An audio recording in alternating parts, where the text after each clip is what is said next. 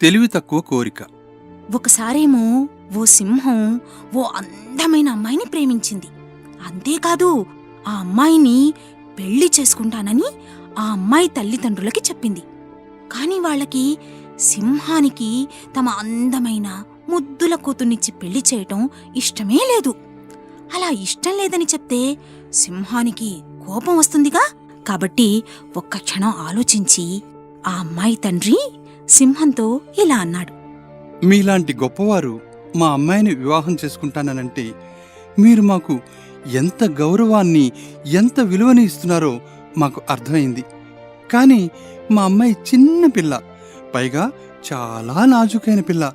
మీరు మా అమ్మాయి మీద అంతులేని ప్రేమ చూపించే సమయంలో దాని లేత శరీరానికి గాయాలు అవుతాయేమోనని మా భయం. అందుకే మీ కాలిపంజాలకు ఉన్న గోళ్ళని, నోటిలో ఉన్న పదునైన పళ్ళు, కూరల్ని తీయించేస్తే మేము ఈ పెళ్లికి సంతోషంగా ఒప్పుకుంటాం. సింహానికి ఆ అమ్మాయంటే చాలా చాలా ప్రేమ. కాబట్టి అది తన పంజాకున్న గోళ్లన్నీ కత్తిరించేసింది. అలాగే నోటిలో ఉన్న పళ్ళని, కూరల్ని వెంటనే పీకించేసింది.